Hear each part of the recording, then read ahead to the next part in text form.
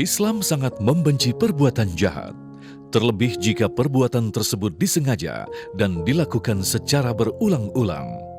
Salah satunya dengan seringnya menahan hak orang lain, menunda pembayaran hak orang lain, apalagi dibarengi dengan sifat kikir yang dimiliki.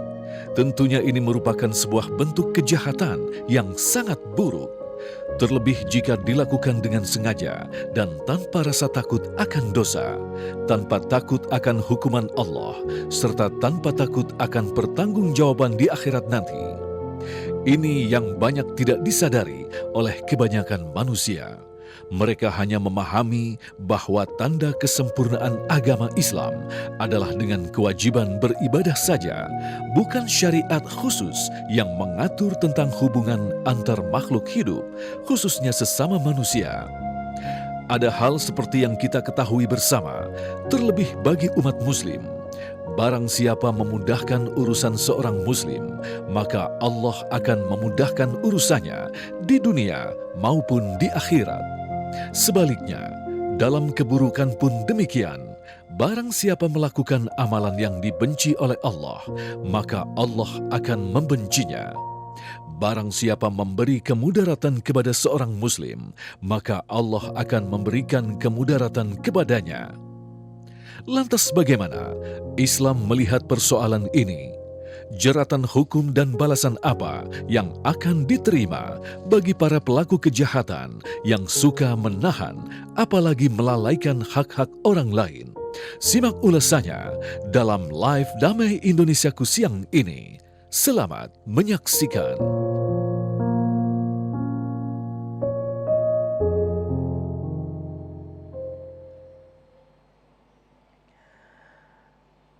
Assalamualaikum warahmatullahi wabarakatuh.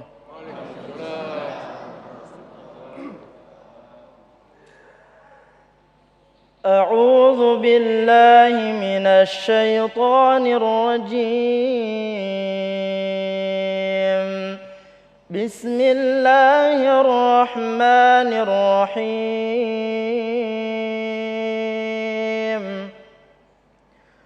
قال هذا فراق بيني وبينك سأنبئك بتأويل ما لم تستطع عليه صبرا أما السفينة فكانت لمساكن يعملون في البحر فأردت أن أعيبها وكان وراءهم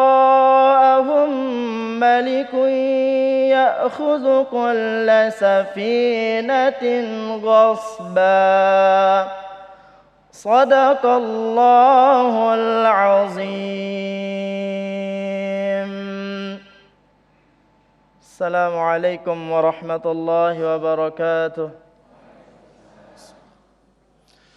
Assalamualaikum warahmatullahi wabarakatuh. Alhamdulillahirrabbilalamin. Allahumma salli ala Sayyidina Muhammad wa ala ali Sayyidina Muhammad. Puji syukur kepada Allah yang kembali mempertemukan kita dalam majelis Ilmu Damai Indonesiaku yang kali ini kembali disiarkan secara langsung dari Masjid Al-Aqwam, Jalan Bintara Jaya, Permai, Bekasi. Pemirsa, sebuah tema yang baru saja kita saksikan tadi sebagai pembuka, kita akan mengangkat tema berkaitan dengan hukum menunda dan melalaikan hak orang lain. Alhamdulillah telah hadir bersama kita guru-guru yang kita cintai, Syekh Ahmad Al-Misri dan Ustadz Jumharudin LC. Dan insya Allah nanti kita siapkan 3 kesempatan untuk tanya jawab yang insya Allah akan melengkapi tema bahasan kita. Tentunya masih bersama kami, Damai Indonesiaku yang dipersembahkan oleh Sarung Wadimor, tentu sarung kita. Selamat mengikuti. Assalamualaikum warahmatullahi wabarakatuh.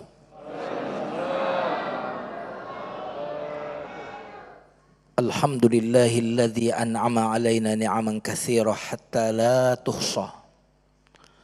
Allahumma salli wa sallim wa barik ala nabiyyina Muhammadin sallallahu alaihi wasallam wa ala alihi wa ashabihi wa man sara ala nahjihi bi ihsanin ila yaumiddin, amma ba'd. Yang sama-sama kita muliakan guru kita semuanya, Kiai Haji Ahmad Al-Masri. Semoga Allah senantiasa menjaga beliau.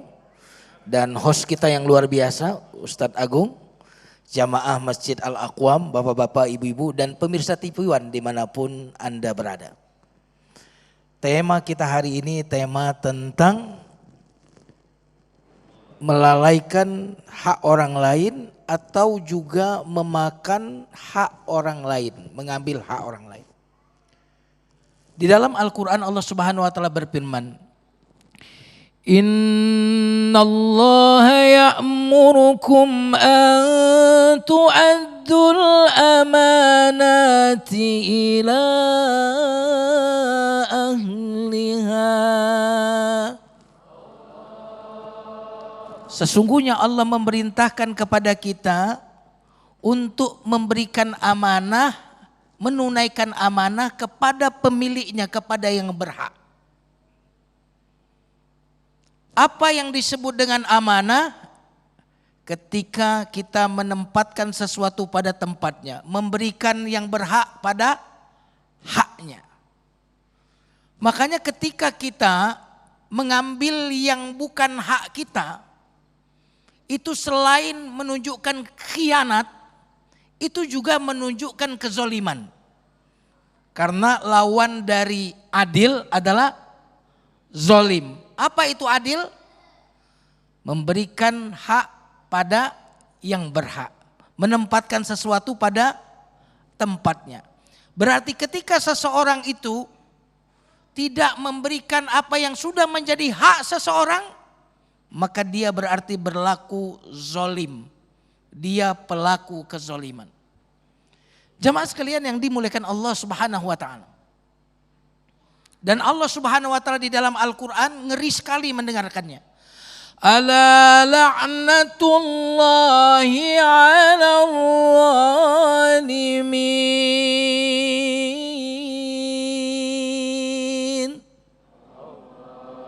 Ingatlah laknat Allah bagi orang yang zalim. Pernah mendengar kata laknat enggak? Apa makna laknat itu? Kalau anak saya di rumah berbuat salah, saya cubit, itu namanya saya hukum dia. Tapi kalau anak ada yang salah lalu saya katakan, nak, keluarlah dari rumah ini, nak, dan jangan pernah kembali ke rumah ini sebelum engkau mendengarkan berita ayahmu telah tiada. Itu yang disebut dengan laknat. Dan Allah menyebut orang-orang yang mengambil hak orang lain, baik itu dengan niat mengembalikan tapi tanpa izin, atau niat mengambil dan menguasai dan tidak ingin mengembalikan, itu yang disebut dengan ghasab, maka orang-orang seperti itu disebut dengan zalim. Makanya agama kita ini ketika kita melarang untuk memakan harta orang lain, redaksinya menarik. Mestinya redaksinya kan begini, jangan makan harta orang lain. Mestinya begitu ya. Tapi di Al-Quran menarik sekali.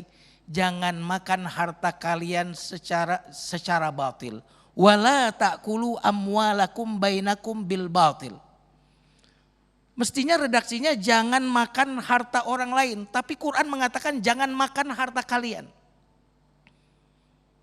Kenapa Al-Quran menyebut harta orang lain itu dengan menggunakan harta kalian?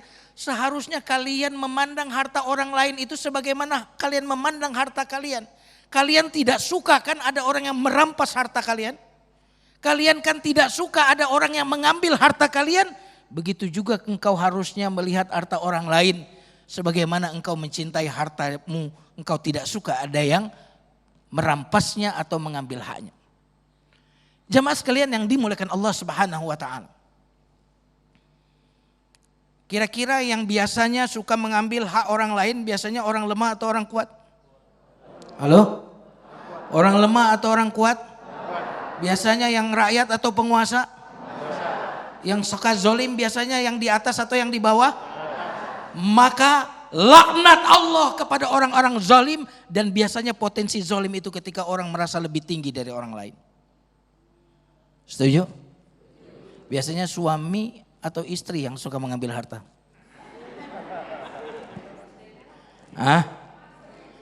Istri ya, subhanallah. Ini insya Allah istri-istri salehah semua. Jamaah sekalian yang dimuliakan Allah Subhanahu wa Ta'ala. Zalim itu juga sama akar katanya dengan kata zulmun. Zulumat, gelap. Ya kan? Wa ja'ala zulumati wan nur. Yukhrijuhum minaz zulumati wan nur. Kenapa zolim itu terkait dengan kata kegelapan? Karena orang-orang yang zolim hidupnya akan penuh dengan kegelapan. Hidupnya penuh dengan kegelapan. Makanya orang-orang yang zolim itu suka gelap mata. Kenapa gelap mata? Karena kezoliman itu menyebabkan kegelapan di dunia maupun di akhirat. Makanya orang yang suka makan harta haram, ya senangnya bukan sama istri sendiri, tapi sama istri orang lain. Kok ke situ lagi ya? Orang yang suka memakan harta yang haram, harta orang lain, itu adalah orang-orang yang tidak pernah kenyang. Kenapa? Gelap. Tidak tahu mana baik, mana benar. Kenapa? Gelap, zulumat. Dan di kuburan dia pun akan mengalami kegelapan. Ittaquz zulma, fa inna zulma zulumat yaumal qiyamah. Takutlah kalian berbuat zalim, yaitu mengambil harta orang lain. Karena mengambil harta orang lain itu adalah kegelapan pada hari kiamat. Jamaah sekalian yang dimuliakan Allah Subhanahu wa taala. Orang-orang yang mengambil hak orang lain sebenarnya tidak akan pernah menambah rezekinya. Tidak akan pernah menambah. Dengarkan ini ya. Apa yang diambil dengan cara yang tidak benar akan menjadi pengeluaran dengan cara yang tragis. Apa yang diambil dengan cara yang tidak baik akan menjadi pengeluaran kita dengan cara yang tidak baik. Jangan cuma lihat yang masuk. Jangan cuma lihat yang masuk. Masuknya 1 triliun, 2 triliun. Lihat juga bagaimana dia caranya keluar. Satu penyakit membuat dia menyebabkan harus mengeluarkan uang miliaran juta. Kenapa demikian? Karena sesungguhnya orang-orang yang zalim ingin mengambil harta orang lain, dia tidak akan pernah mendapatkan apapun kecuali kegelapan demi kegelapan dalam kehidupannya. Jamaah sekalian yang dimuliakan Allah Subhanahu wa taala. Dalam hadis yang lain Rasulullah SAW bersabda, "Ittaqu da'watal mazlum, fa innahu laisa bainahu wa bainallahi hijab." Wahai orang-orang yang zalim, yang mengambil hak-hak orang-orang lemah, mengambil harta, tanah, rakyat misalkan diambil, tanah tetangga misalkan yang diambil, istri tetangga, apalagi coba. Ketahuilah bahwa antara orang yang dizolimi dengan Allah tak ada jarak. Jika berdoa pasti Allah mengabulkannya. Anda tidur dengan nyenyak padahal yang terzolimi ini sedang mendoakan celaka buat Anda. Semoga kita dilindungi oleh Allah Subhanahu wa taala. Amin ya rabbal alamin. Terima kasih Ustadz Jumahrudin yang kembali mengingatkan kepada kita agar kita jangan pernah bermain-main dalam kehidupan ini. Apalagi melakukan kezoliman tanpa kita sadari. Jangankan kita berbuat zolim kepada orang, kepada diri kita pun sendiri ternyata kita dilarang. Insya Allah kita akan lengkapi tema bahasan kita dengan segmentasi tanya jawab. Tentunya masih bersama kami, Damai Indonesiaku.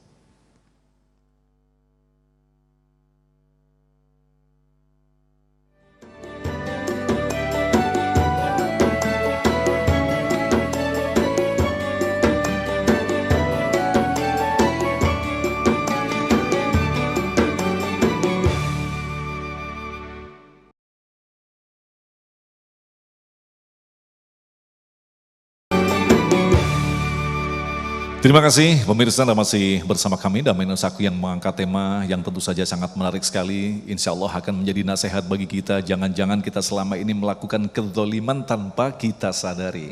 Baik, untuk melengkapi tema bahasan kita akan segera jawab pertanyaan yang berikut ini disampaikan oleh Bapak Basyarudin. Akan dijawab oleh Syekh Ahmad Al-Misri. Silakan. Bismillahirrahmanirrahim. Sudah, silakan. Assalamualaikum warahmatullahi wabarakatuh. Pak Ustadz, belakangan ini kita sering dengar pertengkaran atau perkara antara anak dan ibu memperebutkan warisan. Sementara anaknya memperkarakan ibunya karena ibunya menunda pembagian warisan. Sementara anaknya menganggap setelah bapak meninggal langsung dibagi. Karena ibu ini merasa orang kedua setelah bapaknya, dia merasa kekuasaan. Apakah penundaan ini termasuk melalaikan hak si anak? Terima kasih. Wassalamualaikum warahmatullahi wabarakatuh. Pertanyaan bagus ini saya, silakan. Bismillah walhamdulillah wassalatu wassalamu ala rasulillah wa alihi wa sahbihi wa man wala.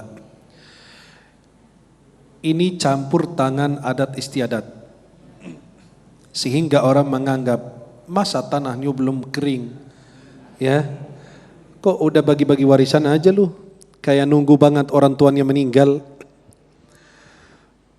Itulah yang disalahpahami oleh masyarakat.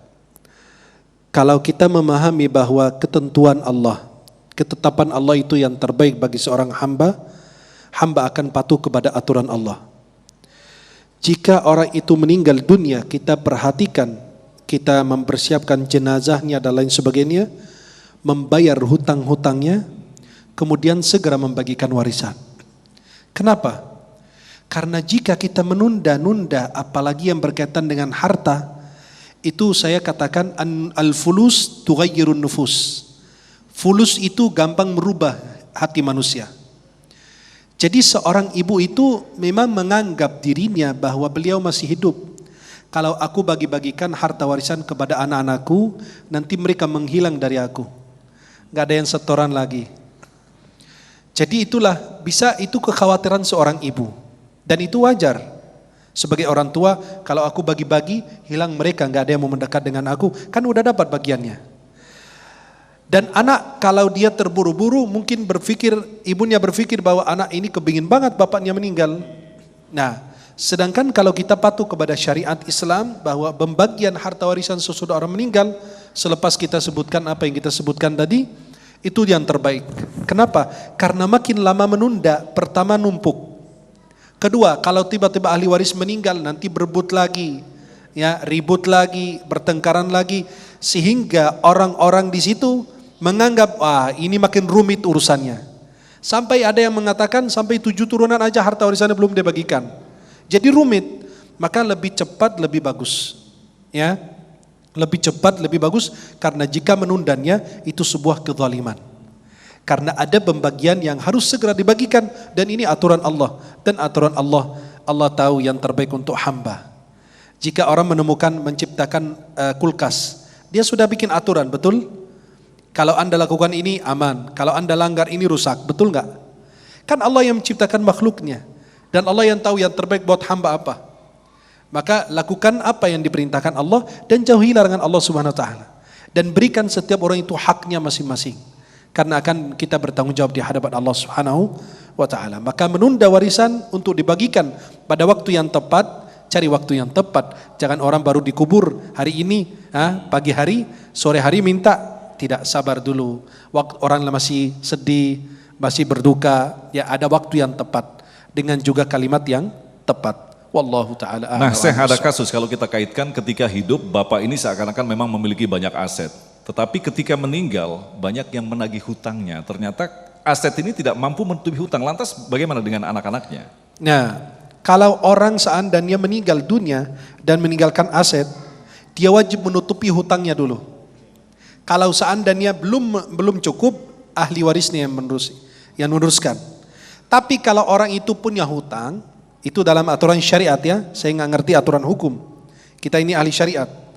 Jadi kalau ada orang meninggal dunia, meninggalkan hutang, kemudian keluarga ahli warisnya nggak punya uang sama sekali, yang wajib menutupi hutangnya siapa? Ada 2 hal. Anak-anaknya kan nggak sanggup, nggak mampu. Terus yang bisa siapa? Yang pertama itu dibiarkan, nggak ada yang bayar, dan itu tanggung jawab beliau di akhirat.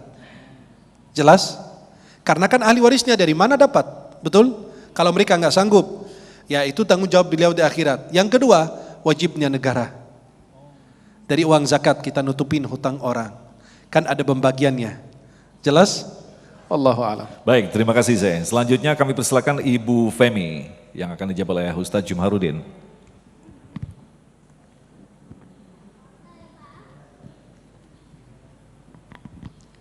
Bismillahirrahmanirrahim. Assalamualaikum warahmatullahi wabarakatuh. Saya Ibu Femi.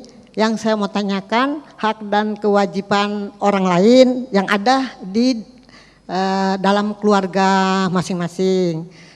Seperti kita sudah mengeluarkan infak ke anak yatim, tapi itu mungkin belum tentu semua benar ya. Tolong penjelasan sama Pak Ustadz. Terima kasih. Assalamualaikum warahmatullahi wabarakatuh. Waalaikumsalam. Silakan Ustaz Jumaruddin. Ya, terima kasih Ibu. Hak kewajiban keluarga ya terkait dengan orang lain. Ya.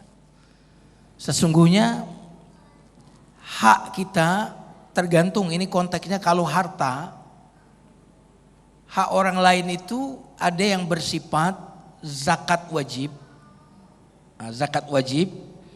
Kalau zakat wajib itu artinya dia sudah mencapai nisab, sudah mencapai takaran tertentu, jumlah tertentu, yang kemudian kalau itu sudah sampai wajib mengeluarkan misalkan 2,5%. Nah, sudah ada ketentuannya kalau zakat wajib itu.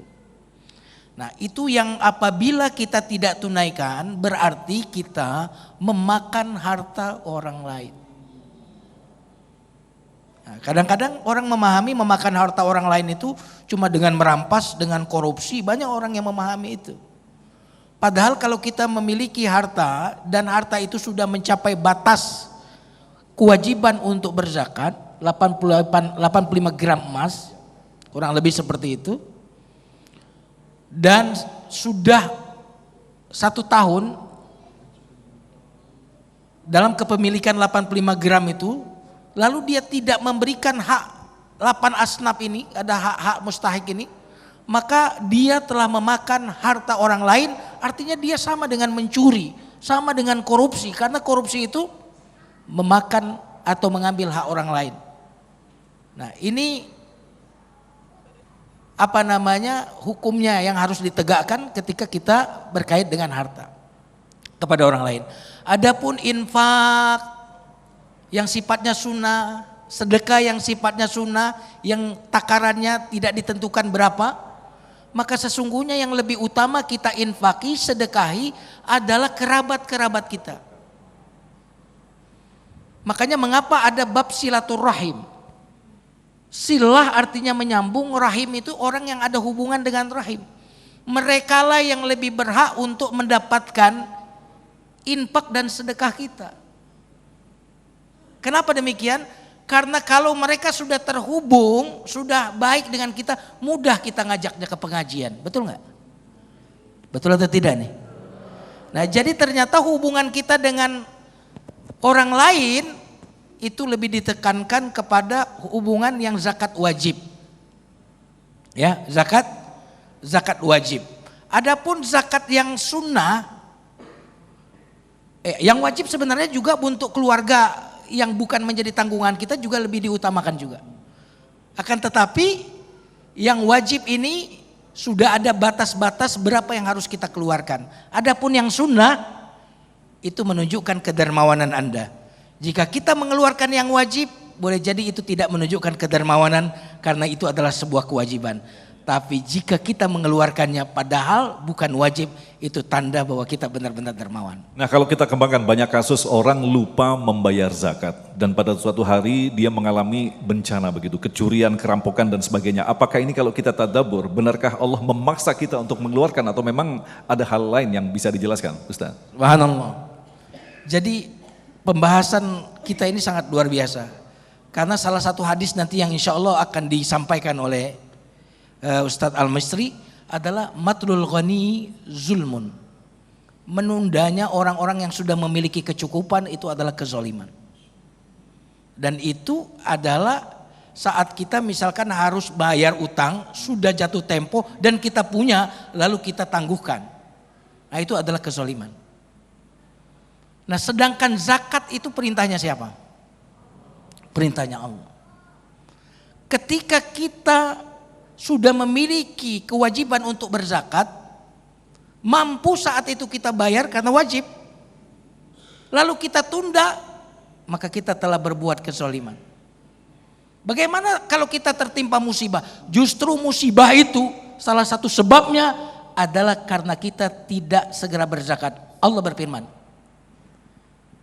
wa anfiqu fi sabilillah wa la tulqu bi aidikum ila tahluka. Ini ayat yang luar biasa. Infaklah di jalan Allah, jangan campakkan dirimu pada kebinasaan. Apa hubungan ayat ini dengan kebinasaan?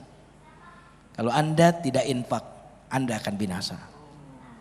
Wa anfiqu fi sabilillah, kalau Anda tidak tunaikan zakat Anda akan binasa.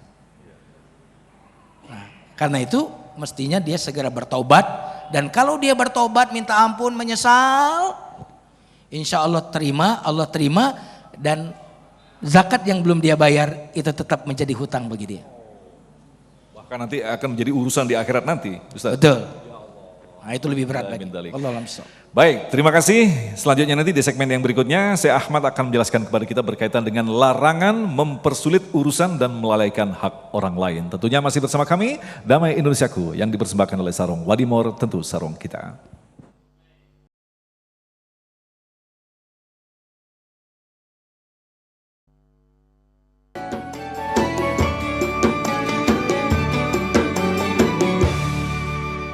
Terima kasih pemirsa, masih bersama kami Damai Indonesiaku. Dalam segmentasi berikut ini Syekh Ahmad akan menjelaskan kepada kita berkaitan dengan larangan mempersulit urusan dan melalaikan hak orang lain. Silakan Syekhuna. Assalamualaikum warahmatullahi wabarakatuh.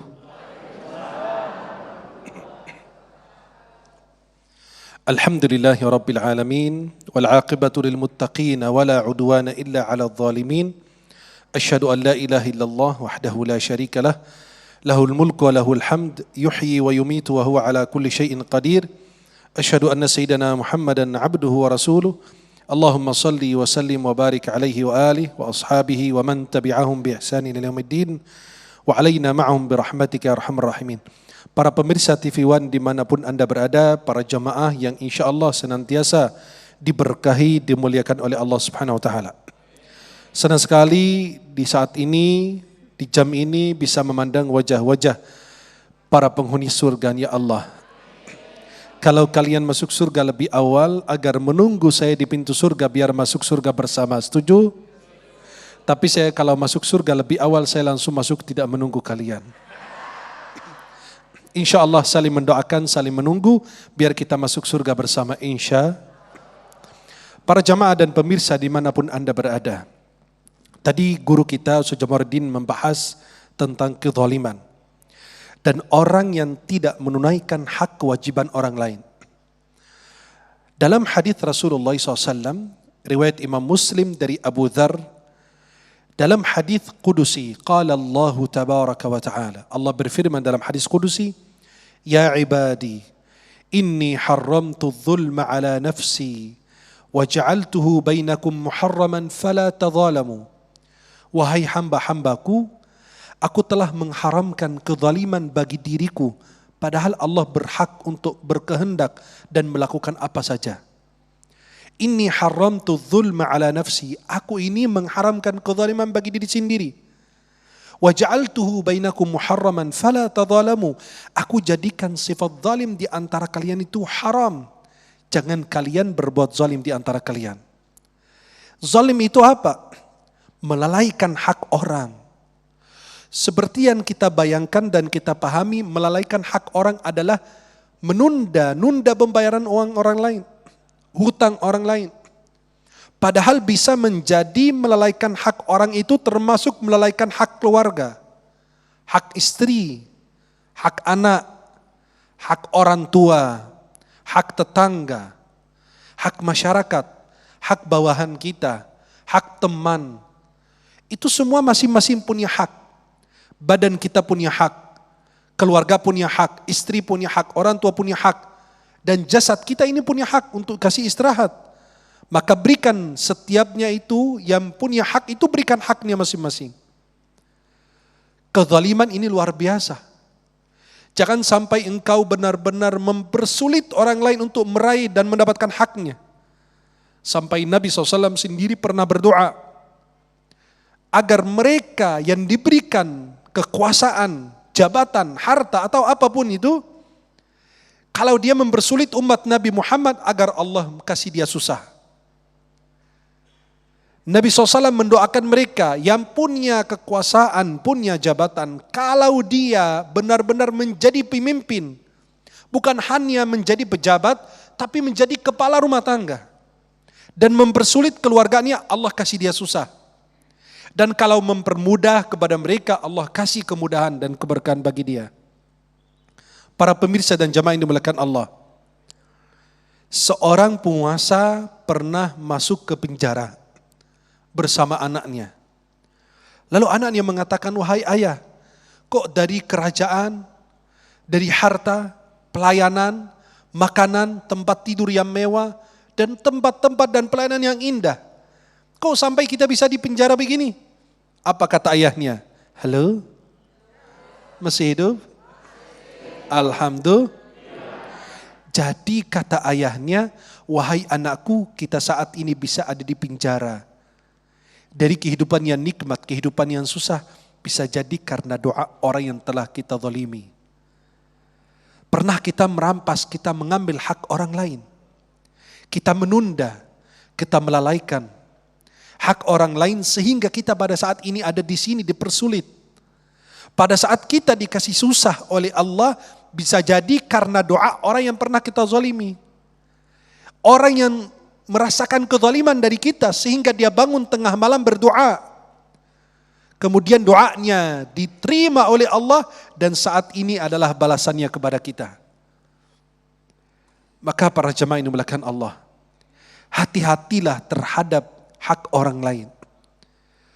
Allah Subhanahu wa taala laisa bidzallamin lil abid. Allah tidak pernah berbuat zalim kepada hamba-hambanya, mau dia mukmin mau dia kafir. Alaisallahu biahkamil hakimin, hakim yang paling adil.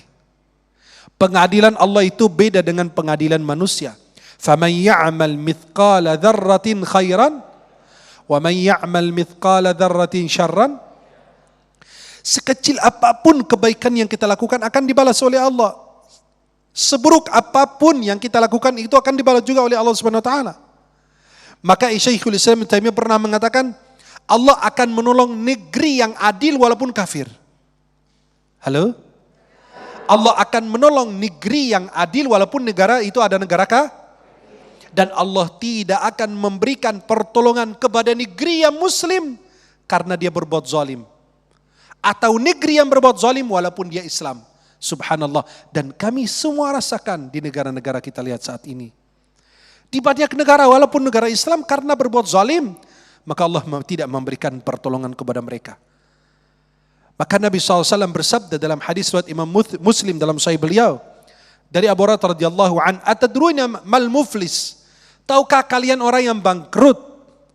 Kata sahabat, mal laisa lahu dirham wala mata'. Orang yang bangkrut itu ya Rasulullah, yang gak punya uang, gak punya harta, gak punya benda, gak punya apapun, gak punya rumah, gak punya kendaraan. Kata Nabi SAW, al-muflisu min ummati, orang yang bangkrut dari umat Nabi Muhammad SAW, bukan orang yang gak punya harta. Tapi kata Nabi, dia punya banyak dan punya segala-galanya. Punya salat, punya puasa, punya salat malam, punya haji, punya umrah, bacaan Quran, amalan, salat malam, semua dia punya. Tapi ternyata dia ya'ti yaumal qiyamah, dia datang di hari kiamat. Ternyata di dunia dia menuduh fulan, menghina fulan, menunda hak fulan, mengambil hak orang lain. Sehingga dia akan membalas semuanya di akhirat nanti. Sampai Nabi SAW dalam hadis lain mengatakan apa? Nabi mengatakan nanti di hari kiamat, kambing yang bertanduk akan dia dihisab oleh Allah Subhanahu wa taala ketika dia menendang kambing yang tidak bertanduk. Segitu Allah adil. Jangan sekali-kali sia-siakan hak orang lain. Coba bayangkan, kalau Anda mengambil hak orang kemudian orang itu meninggal dunia. Bagaimana Anda mau minta maaf? Harus dikembalikan. Maka kalau Anda mengambil hak orang kemudian orang tersebut tidak tahu dia berada di mana, apa yang Anda lakukan? Anda harus menunggu sampai hari kiamat untuk nanti diqisas oleh Allah Subhanahu wa taala. Maka yang menunda-nunda, yang melalaikan hak orang lain, hati-hati. Suami kepada istri, istri kepada suami, orang tua kepada anak, anak kepada orang tua. Maka jangan menunda-nunda hak orang, karena itulah balasan Allah bagi kita di hari kiamat nanti. Karena belum dibalas di dunia, tunggulah Anda harus membalasnya di akhirat dengan membayar pahala dan kebaikan dan amal ibadah Anda. Semoga Allah berikan keselamatan bagi kita semua dimanapun berada. Amin ya rabbal alamin. Wallahu ta'ala a'la wa a'lam bissawab.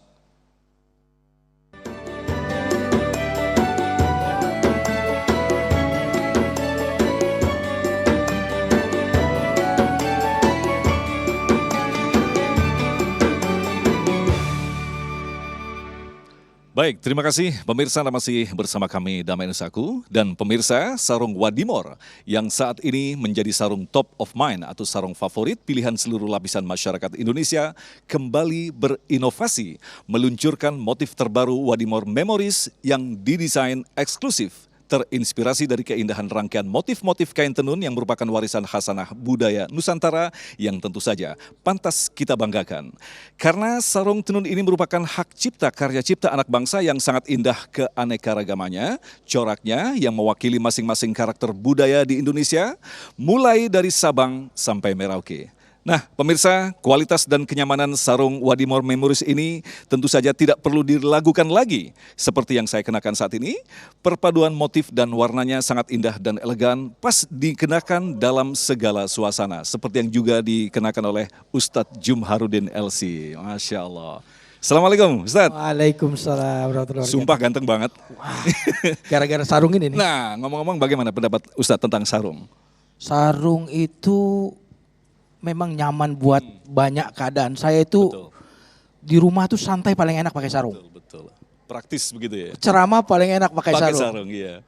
Kadang-kadang kita lagi jalan-jalan lebih nyaman juga pakai sarung. Kemudian motif apa yang Ustadz Jumhar paling sukai?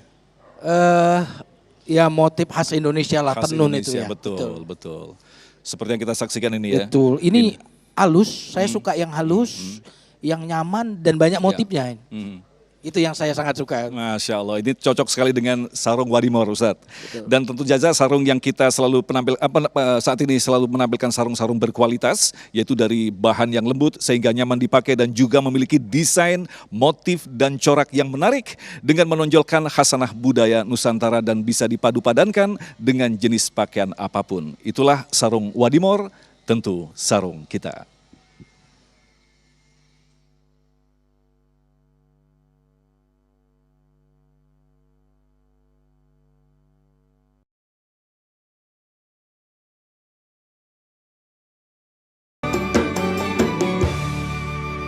Baik, terima kasih pemirsa, Anda masih bersama kami Damai Nusaku yang mengangkat tema tentang mendolimi orang lain. Kita lanjutkan lagi untuk mendengarkan pertanyaan dari Bapak Eri Pasaribu yang akan dijawab oleh Ustadz Jumharudin. Silakan.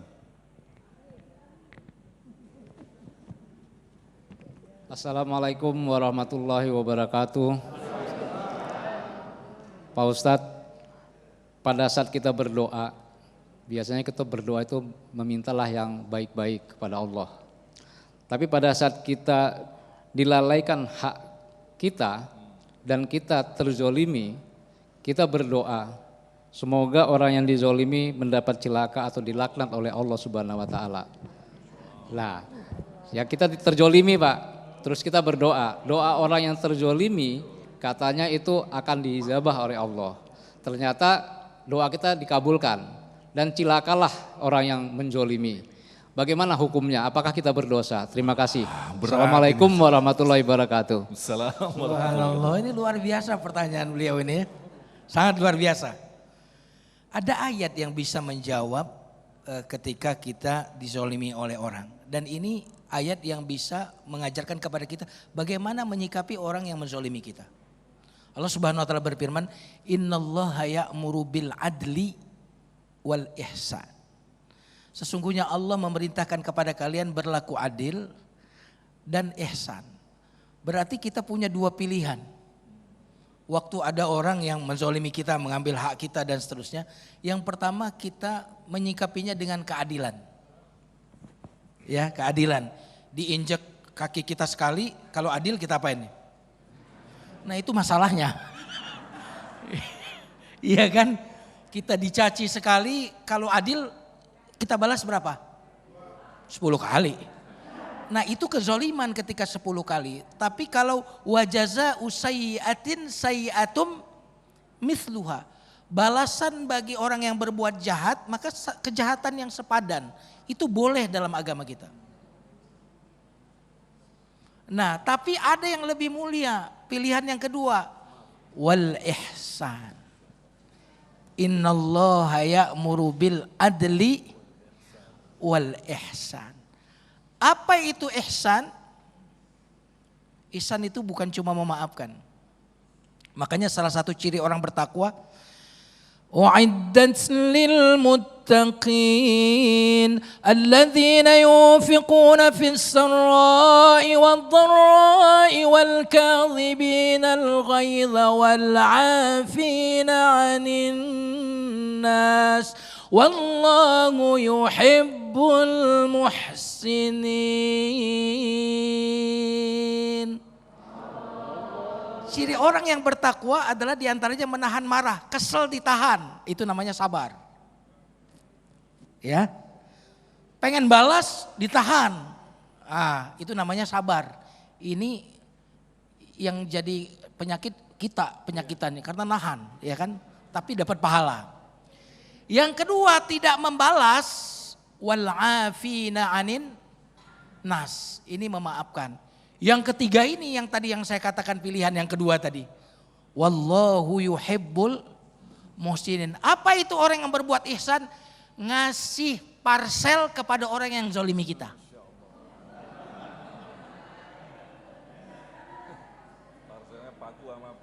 Jadi tergantung Bapak mau di level yang mana dan semuanya legal. Enggak membalas tapi ditahan keselnya, itu sabar. Sudah enggak ada kesel berarti memaafkan. Justru ngasih parsel kepada orang yang zolim kepada kita, itulah ihsan.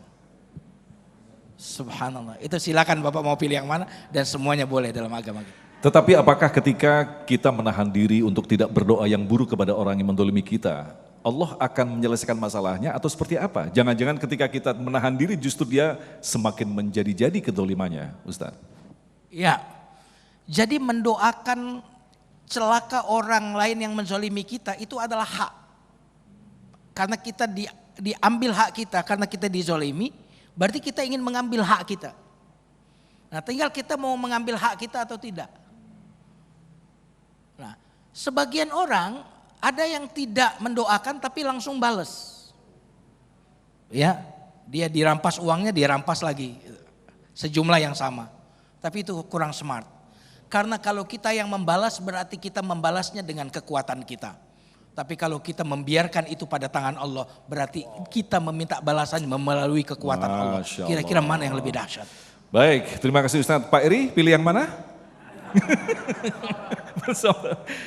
Selanjutnya saya persilakan kepada Ibu Yunti yang akan dijawab oleh Syekh Ahmad. Silakan Bunda. Bismillahirrahmanirrahim. Assalamualaikum warahmatullahi wabarakatuh. Pak Ustadz, ini masalah gaji upah pekerja ya Pak. Karena saya dengar ada satu hadis di mana Rasulullah bersabda, bayarlah upah atau gaji pekerja sebelum keringatnya kering. Permasalahannya Pak, kita sebagai pelaku usaha atau bisnis, di mana kita kalau mau menggaji karyawan kita itu berdasarkan tagihan Pak. Tagihan kita pada saat kita tunggu untuk menggaji karyawan itu belum keluar. Akhirnya mundur. Nah, berarti kita kan menunda gaji karyawan yang seharusnya sudah kita bayar.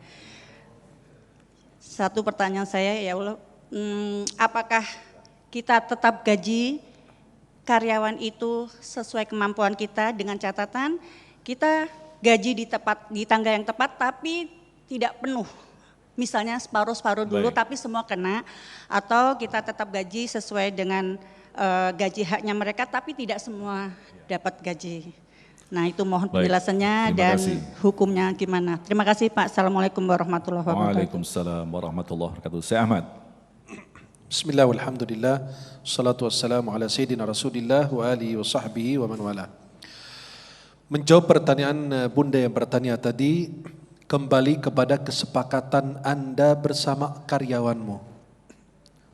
Pertama, ada orang bilang, Bapak kerja sama saya, kalau saya sudah dapat uang penghasilan saya bayar, dan dia setuju.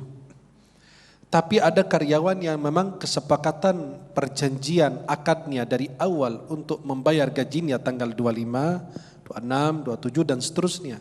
Itu harus sesuai kesepakatan. Kalau seandainya Bunda memang tanggal 27 atau 28 atau 30, Bunda harus membayar zakat sesuai kesepakatan. Ternyata ada sesuatu kendala yang tidak di luar kemampuan Bunda atau teman-teman pengusaha yang lain atau perusahaan manapun. Itu di luar kemampuan kita sebagai manusia, kita tidak tahu akan terjadi. Tiba-tiba terjadi COVID atau terjadi persoalan yang lain. Sehingga kita menunda-nunda pembayaran gaji, kita bicarakan baik-baik dengan mereka. Apakah mereka berkenankan kami bayarkan sebagian dari uang mereka sampai nanti tagihan itu keluar, kemudian kita bayar, sisanya itu tinggal dibicarakan antara kalian. Kalau seandainya Anda ini bisa termasuk zalim, kalau Anda, karena setiap pengusaha harus dia mempertimbangkan. Usaha itu tidak selalu untung. Kadang-kadang untung, kadang-kadang naik, kadang-kadang turun. Maka itu dibicarakan baik-baik, dan saya yakin ketika kita punya niat baik untuk apa? Abang atau teman-teman yang bekerja, saya ini tagihan belum keluar. Bisa enggak saya bayar sebagian dari gaji kalian untuk keperluan-keperluan sehari-hari, nanti ketika tagihan keluar insya Allah saya segera bayar. Saya yakin itu akan lebih diterima oleh mereka dibanding kita diam-diam saja menunda-nunda hak mereka, sehingga itu termasuk daripada kezaliman. Ya, maka Nabi SAW mengatakan i'tul ajra ajrah qabla an yajuffa araqah.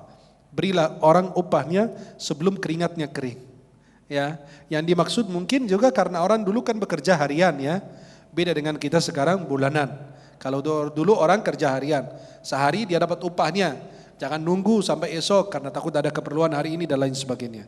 Wallahu taala a'lam. Ustaz Jumharudin mungkin bisa melengkapi ketika kita usaha adalah hubungan antara owner dan pegawainya. Pada awalnya kita membuat kesepakatan, tetapi terjadi kondisi-kondisi krisis ekonomi yang pengusaha itu sendiri tidak membayangkan akan terjadi. Artinya apakah harus dirubah kesepakatan atau seperti apa? Karena di lain sisi sebagai seorang pengusaha mungkin istilahnya miskinnya pengusaha pun rumahnya besar, ada mobil sebagainya, tapi miskinnya sebagai seorang pegawai bisa dikatakan benar-benar miskin. Lantas bagaimana kita bisa mengambil jalan yang paling bijaksana untuk menghadapi kondisi seperti ini? Iya. Ini pertanyaan yang sangat bagus ya. Hadis Nabi yang berbicara tentang ini jelas sekali jawabannya. Matlul ghani. Matlul artinya menunda-nunda, al-ghani orang yang ada untuk membayar. Nah, itu kalimatnya itu di situ. Orang yang ada duit untuk bayar. Kalau pengusaha walaupun dia nggak ada mungkin tapi asetnya banyak. Iya kan? Ini belum ini tagihan tapi aset Anda banyak, berarti Anda punya kecukupan untuk membayar karyawan. Itu adalah zulmun, kezaliman. Dalam hadis yang lain disebutkan layul wajid yuhillu irdahu wa uqubatahu. Orang yang memiliki kemampuan untuk membayar karena aset-asetnya banyak dan sudah waktunya harus bayar, itu kalau dia nggak bayar, itu kehormatannya itu bisa kita bisa kita gibain. Bahkan kita boleh adukan ke pengadilan atau ke kejaksaan atau pengadilan untuk kemudian dihukum orang itu. Sampai Nabi mengatakan menghalalkan kehormatannya kemudian untuk disebarkan kepada orang lain. Untuk digibahi bahwa orang ini adalah orang yang menunda-nunda. Nah, jadi ingat nih para pemilik perusahaan, tapi di TV One udah dibayar ya? Alhamdulillah ya. Ya, mudah-mudahan ustadznya udah dibayar juga nih. Amin ya rabbal alamin. Nah, mudah-mudahan karyawan-karyawan kita, bagaimana kita mau dicepatkan oleh Allah gaji kita, perusahaan kita mau tingkatkan income-nya, kita mau cepatkan naiknya, tapi kita menunda-nunda hak orang lain. Anda tunda hak orang lain, Allah tunda juga rezeki Anda. Astagfirullahaladzim. Ngelus dada, bener bahas tema ini Ustadz ya. Ya, kita masih menyimpan satu pertanyaan lagi. Kita akan jawab selepas pesan-pesan berikut ini. Tetaplah bersama kami, Damai Indonesiaku.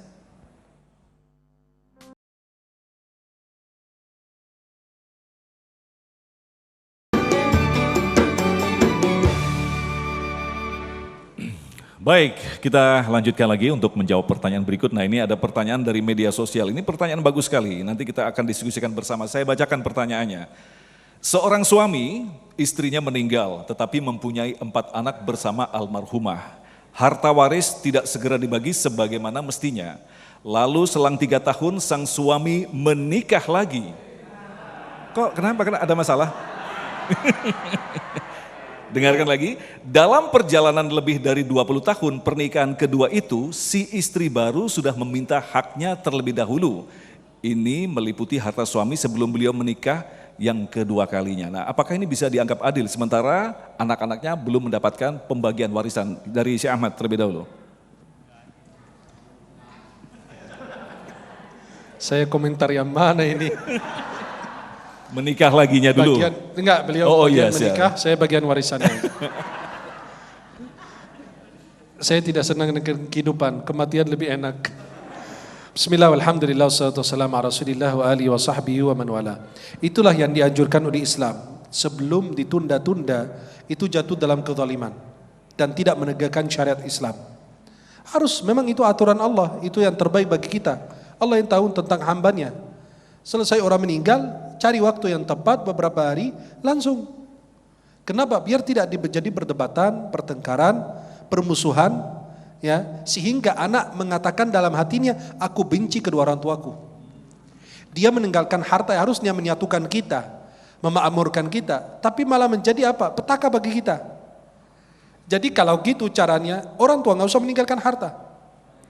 Sedekahkan, itu lebih terbaik. Dibanding Anda meninggalkan harta kemudian jadi rebutan. Lalu anak benci kedua orang tuanya, buat apa ayahku ninggalin harta? Sudah ninggalin harta, tapi malah begini ahli warisnya. Maka itu perlu kita mempelajari agama lebih dalam. Perlu kita belajar fikih.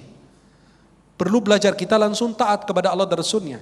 Ayyakuna lahumul khiyaratu min amrihim.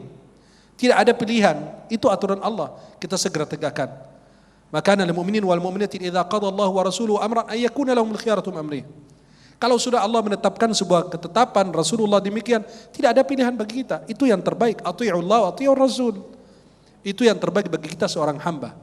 Menunjukkan ketundukan kita sebagai hamba kepada Allah yang Maha Kuasa. Maka kalau menunda-nunda akhirnya jadi persulit seperti ini. Jadi semua berebut.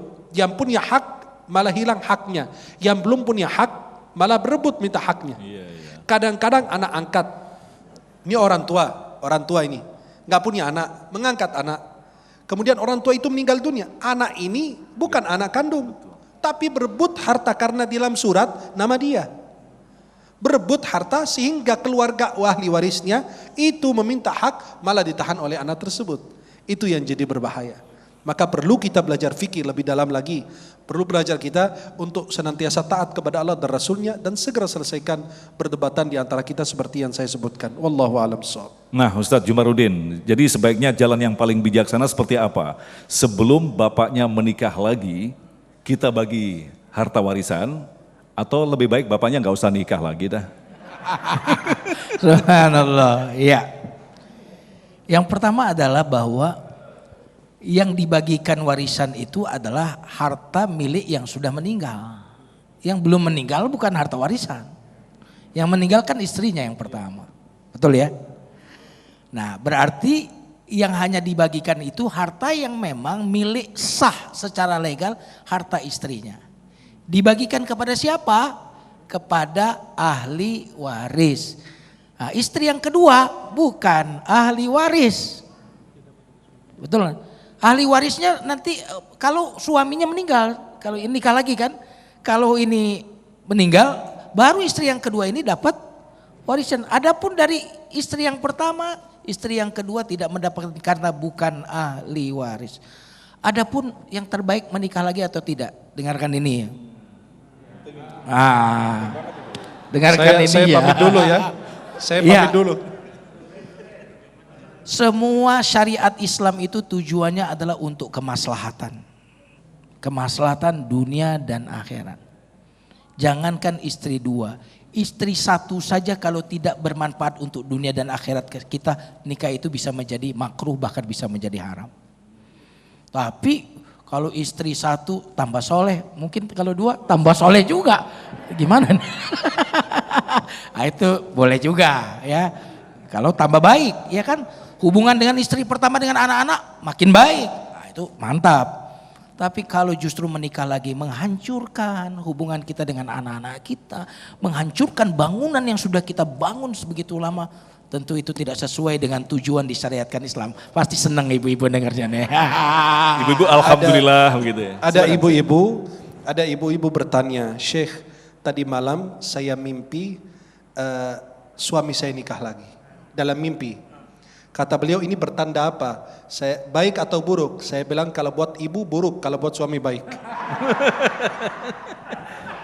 Nah, Syekh, berkaitan masih dengan masalah warisan, mungkin bisa dijelaskan secara detail. Sebagian anak ada kata-kata mengatakan begini, daripada saya putus hubungan dengan keluarga kandung saya mencabut diri daripada pembagian warisan. Ya udahlah, terserah. Kan ada orang-orang seperti itu. Bahkan ada sebagian yang memang kekeh banget untuk mendapatkan warisan. Di lain sisi ada saudara kandung, ya saya lebih baik mengurusi saudara kandung daripada masalah warisan. Ini boleh nggak sikap seperti ini kita ambil, Syekh? Boleh sah-sah saja, apalagi dia punya hak untuk menerima dan boleh menyerahkan kepada orang lain. Nggak ada masalah. Tapi yang dikhawatirkan ke depan itu orang menganggap bahwa dia ahli waris. Orang yang kita berikan kepada dia itu sebagai hadiah, atau ya udah karena saya pun kecukupan cuma dapat 20-30 juta, ya buat kamu aja. Nanti lama-lama masyarakat mengira, ya karena kadang-kadang kita campur adukan antara syariat dan adat. Lama-lama dikira bahwa itu dia punya hak waris. Lama-lama dia menuntut, padahal dia bukan ahli waris. Maka kalau diberikan, dikasih tahu bahwa ini hak saya, tapi saya serahkan kepadamu sebagai hadiah atau pemberian atau atiyah, boleh, nggak masalah. Karena gini, siapapun memiliki apapun boleh dihadiahkan ke orang lain. Ya, saya memiliki barang ini, memiliki kendaraan ini, boleh saya hadiahkan kepada siapapun boleh. Tapi ini kendaraan ini bukan milik saya hadiahkan ke fulan yang nggak berhak karena bukan milik saya. Saya memilikinya dulu, baru saya boleh memberikannya kepada orang lain. Maka kalau dia menerima kemudian dia serahkan, kasih tahu itu bukan warisan, tapi itu hadiah dari saya. Sehingga orang yang bersangkutan atau yang melihatnya atau yang menerimanya menganggap bahwa itu hadiah, bukan warisan. Karena masyarakat kadang-kadang karena jadi kebiasaan dianggap itu sebagai apa? Aturan dan syariat. Wallahu a'lam. Nah, kalau kita kembali ke sirah Ustadz Jumahrudin, ketika Rasulullah beberapa saat sebelum meninggal, justru sangat menarik sekali. Coba lihat di lemari ada beberapa emas begitu, tapi bukan untuk dibagikan, tapi justru disodakohkan. Nah, ini menjelaskannya seperti apa, sementara kita harus membagi warisan? Ya, jadi ketika sebelum meninggal, harta itu tidak ada kaitannya dengan warisan. Harta itu jadi warisan setelah yang punya harta meninggal. Gitu. Nah, maka dia bisa menghabiskan seluruh hartanya untuk orang lain, ya. Untuk orang lain karena ini dia belum meninggal. Iya kan? Nah, baru harta itu disebut harta warisan, meninggal lalu bersisa harta. Itu harus jelas definisinya. Berarti kalau belum meninggal, harta itu belum bisa disebut harta warisan. Nah, itu Mas Agung. Baik. Jadi dia bebas. Seperti Abu Bakar radhiyallahu anhu, beliau menginfakkan seluruh hartanya tanpa menyisakan. Ketika ditanya oleh Rasulullah, apa yang kau sisakan buat keluargamu? Aku sisakan Allah dan Rasulnya. Wow. Silakan, Syekh. Ada yang... Iya, yang guru kita sampaikan, Abu Bakar Siddiq radhiyallahu an menginfakkan semua hartanya. Yang dimaksud adalah suatu saat Nabi meminta sedekah kepada para sahabat. Kemudian Sayyidina Abu Umar bin Khattab mengatakan, aku akan mendahului Abu Bakar. Ingin berlomba-lomba. Sehingga beliau membawa, kata ulama, membawa separuh harta yang ada di dalam rumahnya. Bukan yang dia miliki semua. Yang ada di dalam rumahnya, dia bawa separuh. Kemudian dia kasih ke Nabi. Kata Nabi, apa yang kau sisakan untuk keluargamu? Kata Sayyidina Umar, aku sisakan separuh hartaku. Kemudian Sayyidina Abu Bakar membawa hartanya semua. Yang dimaksud harta yang ada di dalam rumahnya. Harta yang di dalam rumahnya. Uangnya ada dalam rumahnya 20-50 juta dibawa langsung dikasih ke Nabi. Padahal harta benda Abu Bakar besar. Jadi Nabi SAW bertanya, apa yang kau sisakan? Abqaitullahumullahu wa rasulah. Saya sisakan Allah dan Rasulnya untuk mereka. Jelas? Nah, maka kalau untuk harta yang seperti yang diberikan di masa hidup orang itu, di dunia itu namanya hadiah. Enggak dihitung warisan. Ada orang bilang, saya sudah bagikan warisan saya kepada anak-anak saya. Itu bukan warisan, itu hadiah. Jelas, mungkin mereka biar nggak ribut segala macam, ya. Tapi kalau sudah meninggal, baru itu disebut warisan. Wallahu a'lam. Terima kasih Syekh Ahmad. Dan ada tambahan yang Nabi SAW ini, semua harta yang ada di rumah Nabi, Nabi minta kepada Siti Aisyah untuk disedekahkan. Dan sisa harta benda yang dimiliki Rasulullah tidak menjadi warisan, karena seorang Nabi hartanya itu yang ditinggal disedekahkan. Itu khusus Rasulullah. Kalau kita sih harta kita tinggalkan disedekahkan, itu ahli waris bisa ini semua Bisa ribut. rebutan semuanya. Syekh Ahmad dan Ustadz Jumaruddin, terima kasih atas ilmunya yang luar biasa sekali di kesempatan hari ini, dan kita kembali mendapatkan pencerahan agar kita lebih berhati-hati untuk melakukan apapun di dunia ini. Kelak akan ada pengadilan yang maha adil yang akan mengadili kezaliman yang tanpa kita sadari. Na'udzubillahi min dzalik. Kita di terakhir nanti akan berdoa bersama, mudah-mudahan kita termasuk orang yang dipilih Allah untuk diselamatkan di dunia maupun di akhirat nanti. Tetaplah bersama kami, Damai Indonesiaku.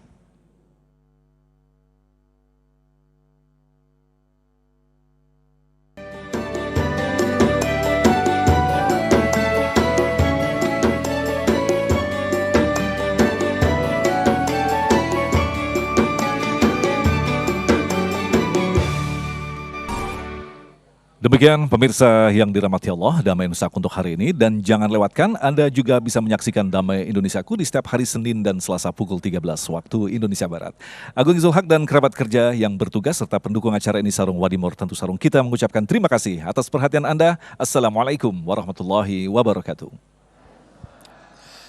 Bismillahirrahmanirrahim. Alhamdulillahi rabbil alamin. Ya Rabbana lakal hamdu kulluh wa lakal syukru kulluh wa lakal fadlu kulluh wa lakal jamalu kulluh wa lakal thana'u kulluh. Allahumma tahhir qulubana wa alsinatana wa asma'ana wa absarana. اللهم احفظ علينا أدياننا اللهم اجعلنا هداة مهتدين غير ضالين ولا مضلين ربنا تقبل منا إنك أنت السميع العليم وتب علينا يا مولانا إنك أنت التواب الرحيم ربنا ظلمنا أنفسنا وإن لم تغفر لنا وترحمنا لنكونن من الخاسرين ربنا آتنا في الدنيا حسنة وفي الآخرة حسنة وقنا عذاب النار وصلى الله على سيدنا محمد وعلى آله وصحبه أجمعين والسلام عليكم ورحمة الله وبركاته.